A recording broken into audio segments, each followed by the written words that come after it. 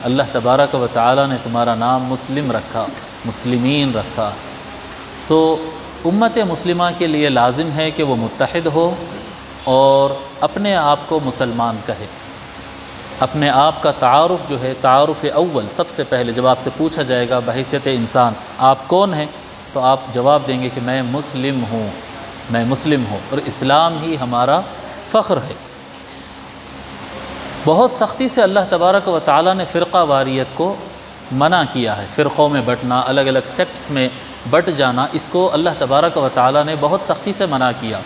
ایک مقام پر ارشاد مبارک ہے، وَلَا تَكُونُوا مِنَ الْمُشْرِكِينَ۔ اللہ تبارک و تعالی فرماتا ہے، آیت تو طویل ہے، مُنِيبِينَ إِلَيْهِ وَاتَّقُوهُ وَأَقِيمُوا الصَّلَاةَ وَلَا تَكُونُوا مِنَ الْمُشْرِكِينَ۔ جو آج سمجھانا چاہ رہا ہوں اتنا حصہ اللہ تبارک و تعالی بیان فرما رہا ہے کہ وَلَا تَكُونُوا مِنَ الْمُشْرِكِينَ، اور تم مشرکین میں سے مت بن جاؤ۔ مشرک کس کو کہتے ہیں؟ جو اللہ تعالیٰ کے برابر کسی کو سمجھتا ہے یا اللہ سے بڑھ کر کسی کو سمجھتا ہے، وہ مشرک ہے۔ اگر کوئی اللہ کے ساتھ کسی اور کو خدا کا درجہ اگر دیتا ہے یا اللہ کے علاوہ کسی کو خدا کا درجہ دیتا ہے تو وہ مشرک ہوتا ہے، جی اللہ کے ساتھ کسی کو شریک کر دیا۔ تو اللہ تعالیٰ فرماتا ہے وَلَا تَكُونُوا مِنَ الْمُشْرِكِينَ، اے لوگو تم مشرکین میں سے مت رہو۔ اچھا کون ہے صاحب یہاں پر مشرکین؟ کس سے مراد ہے؟ کیا یہاں پر مشرکین سے مراد ہندوز ہے یا جین ہے یا کوئی اور ہے، سکھ ہے؟ کون مراد ہے یہاں پر؟ اللہ تعالیٰ آگے فرماتا ہے اگلی آیت میں، سورہ روم کی آیت ہے یہ، وَلَا تَكُونُوا مِنَ الْمُشْرِكِينَ مِنَ الَّذِينَ فَرَّقُوا دِينَهُمْ وَكَانُوا شِيَعًا۔ ان لوگوں میں سے مت بن جاؤ جنہوں نے اپنے دین کو الگ الگ فرقوں میں بانٹ لیا اور اپنے الگ الگ گروپس بنا لیے۔ مِنَ الَّذِينَ فَرَّقُوا دِينَهُمْ، فرقہ سے، جنہوں نے اپنے دین کو، اپنے مذہب کو الگ الگ فرقوں میں بانٹ لیا، وَكَانُوا شِيَعًا، اور الگ الگ جماعتوں میں وہ بٹ چکے ہیں۔ شیعہ ایک گروہ کو کہتے ہیں نا، شیعہ یہ عربی زبان میں یہ جمع ہے، شیعۃ واحد ہوتا، شیعہ گروہس میں، الگ الگ گروپس میں بٹ گئے ہیں۔ اللہ تبارک و تعالی یہاں پر فرقوں میں بٹنے والے اور لوگوں کو گروپس میں بانٹنے والے، مسلمانوں کو گروپس میں بانٹنے والوں کو مشرکین کے نام سے یاد کیا۔ اللہ یہاں پر شرک کہاں ہوا صاحب؟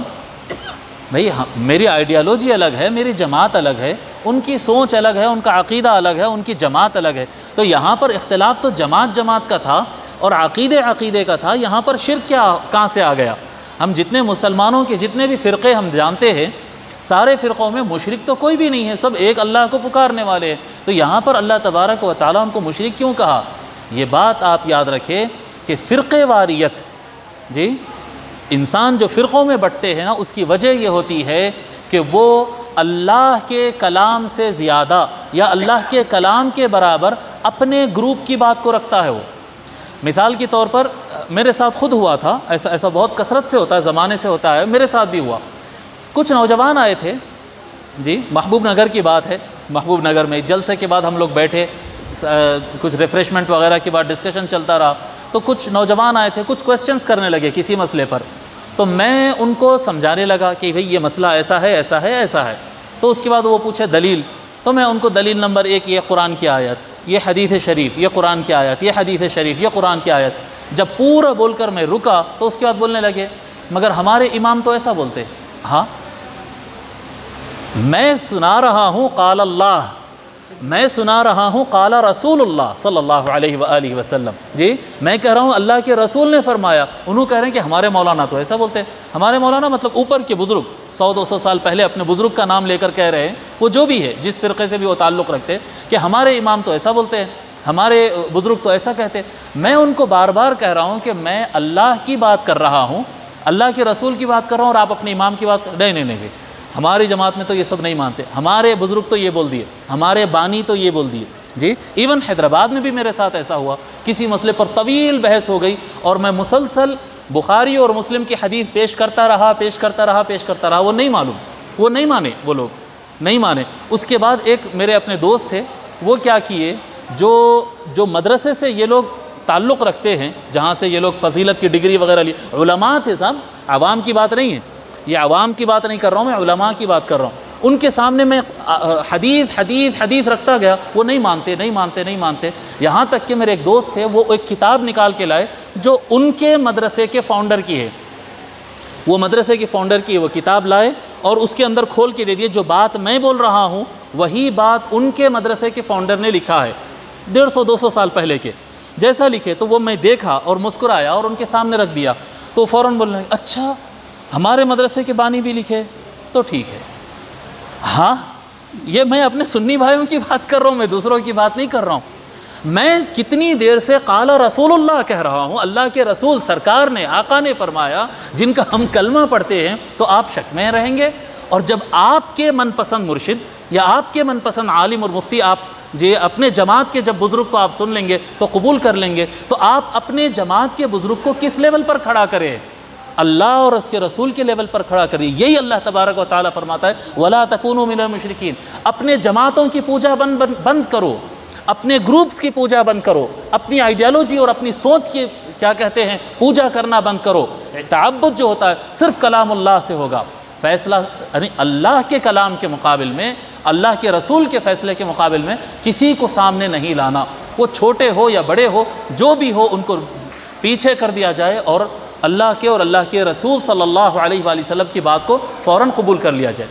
اچھا ساتھ میں ایک اور ایک بات ہے، وہ بات یہ ہے کہ جب اس طرح سے کہا جاتا ہے تو بہت سارے ہمارے خاص طور پر ہمارے جو اہل حدیث بھائی رہتے وہ لوگ جلدی جلدی جاتے بخاری اور مسلم کا ایک ٹرانسلیشن خرید کے لا لیتے اور ایک حدیث اس میں سے لے لیتے اور بولتے حدیث میں یہ آ گیا ہم عمل کرتے۔ اتنا سمپل بھی نہیں ہے بھائی، اتنا سمپل بھی نہیں ہے۔ یاد رکھو اپنی زندگی میں ہمیشہ ایک معتبر، وزندار، بہترین، اچھے اسکالر، اسلامک اسکالر سے ہمیشہ رابطہ رکھنا، یہ اللہ کا حکم ہے۔ یہ وَاتَّبِعْ سَبِيلَ مَنْ أَنَابَ إِلَيَّ، اللہ تعالیٰ فرماتا ہے فَاسْأَلُوا أَهْلَ الذِّكْرِ إِن كُنتُمْ لَا تَعْلَمُونَ۔ ہمیشہ ایک جید عالم سے آپ کا کنیکشن رہنا۔ جب کبھی کوئی نئی بات آپ کے سامنے آئے، جب کبھی کوئی حدیث یا کوئی آیت آپ کے سامنے آئے تو امیڈیٹ اس کا ٹرانسلیشن پڑھ کے ڈیسیشن نہیں لے لینا، کیونکہ ہو سکتا اس طرح کے اور بہت سارا لٹریچر پڑا ہوا ہے جو آپ کی نظر کے سامنے نہیں ہے۔ جب کبھی کوئی لٹریچر اس طرح سے سامنے آئے تو اس کو پڑھ لینا اور سمجھ لینا اور جید عالم سے رجوع کر لینا، اس جا کے وہاں پر بتا لینا ایک مرتبہ۔ اگر اس کے اگینسٹ کوئی چیز ہے یا اس کا میننگ کچھ ایسا ہے جو ہمارے کو سمجھ میں نہیں آیا تو وہ عالم اس کو بتا دیتے ہیں۔ بہرحال قرآن اور حدیث کو سمجھنے میں جلد بازی نہیں کرنا، مگر یہ بات ضرور ذہن میں رکھنا کہ کلام اللہ اور کلام الرسول کے مقابل میں کبھی اپنے جماعت کو اہمیت نہیں دینا، کبھی اپنے سلسلے کو، اپنے مدرسے کو، اپنے آئیڈیالوجی کو، کسی چیز کو بھی کلام اللہ اور کلام الرسول کے لیول میں نہیں لانا۔ جی یہ وہ لیول ہے جہاں پر کوئی اور چیز نہیں آتی۔ جی ان کو ماننا، اللہ کے کلام کو ماننا اور اللہ کے رسول کے کلام کو ماننا، یہ ایمان کا حصہ ہے۔ باقی علماء کرام ہیں، چھوٹے بھی ہوں گے بڑے بھی ہوں گے، صحیح بھی ہوں گے، غلطی کا چانس بھی ان سے ہوتا رہتا ہے۔ تو ہمیشہ اپنا بھروسہ جو ہے اپنا ایمان کلام اللہ اور کلام الرسول، قرآن اور حدیث سے پر اپنا ایمان رکھنا اور ایک جید عالم، جی ہم اہل السنہ والجماعہ ہیں، اہل السنہ والجماعہ کے جید عالم سے ایک قریبی رابطہ رکھنا تاکہ کوئی بھی زندگی میں ایسا نیا مسئلہ آ جائے اور کنفیوژن ہو جائے تو ان کے ساتھ بیٹھ کر وہ کلیئر کر لیا جائے۔ اللہ تبارک و تعالیٰ سے دعا ہے کہ مولا رب کریم ہم کو فرقہ واریت سے محفوظ فرما دے، مولا رب کریم قرآن پر اور حدیث پر ہمارے ایمان کو مضبوط فرما دے، مولا رب کریم ہم کو قرآن کریم اور احادیث شریف پڑھنے، سمجھنے اور اس پر عمل کرنے کی توفیق عطا فرما اور دوسروں تک پہنچانے کی بھی توفیق عطا فرما۔